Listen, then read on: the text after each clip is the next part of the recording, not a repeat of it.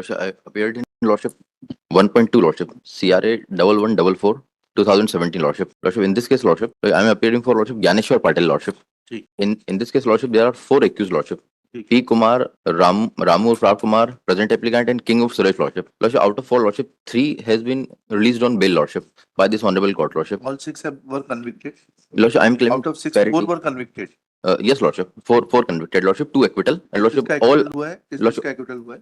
किसका acquittal Lordship P. Swami and Ganesh or Bhura. P. Swami और Ganesh or Bhura Lordship. इनका acquittal हुआ. Yes Lordship. And Lordship all other accused Lordship released on bail Lordship by this honorable court. Please पढ़िएगा. जी Lordship P.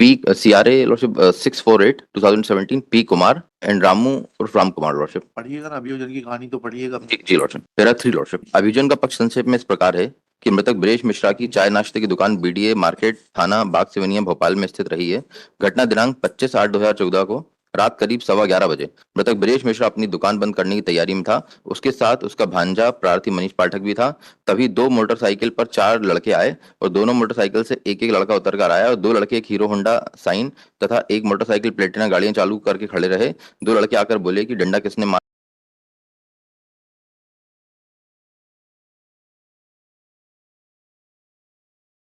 इस पर मृतक ब्रेश मिश्रा ने बोला कि उसका किसी से झगड़ा नहीं हुआ था. इस पर वे बोले कि अभी बताते हैं. दोनों ने कमर से छुरी निकाली और ब्रेश मिश्रा को मारने लगे. उसकी पीठ पेट कमर में छुरियों से वार किया. उसे जान से मारने की नियत से उसके साथ मारपीट की. ब्रेश मिश्रा बेहोश होकर जमीन पर गिर गया.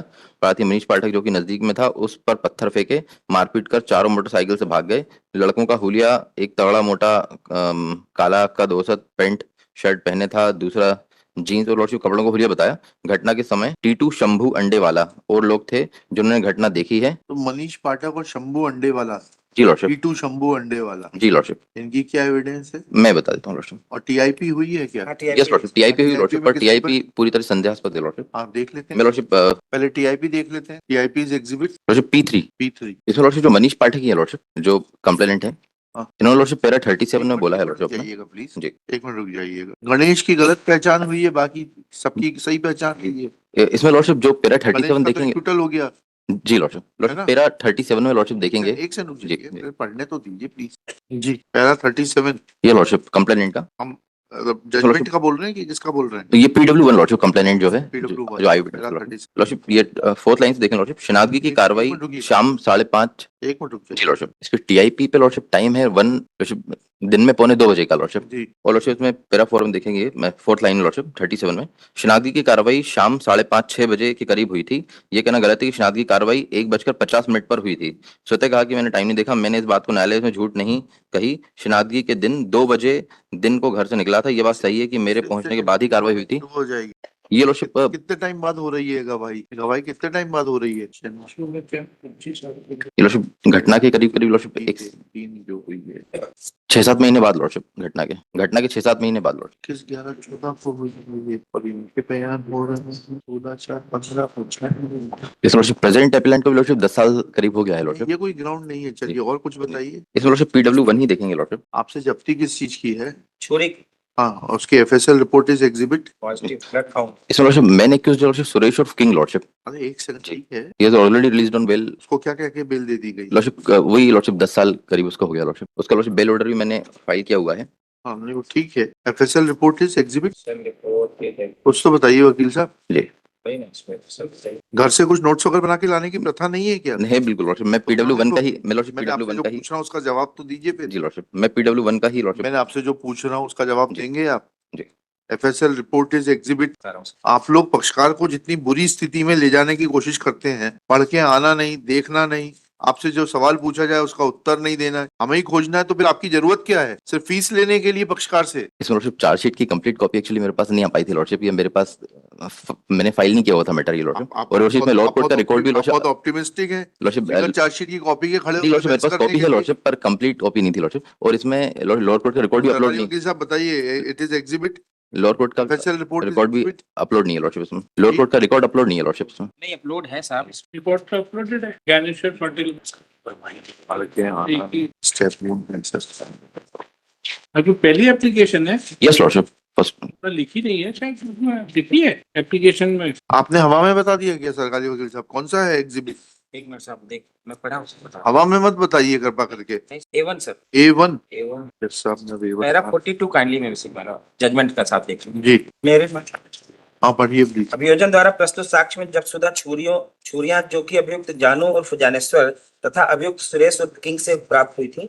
जब्तशुदा खून लगे 2 रुमाल मृतक के कपड़े मौके से जब्त की गई।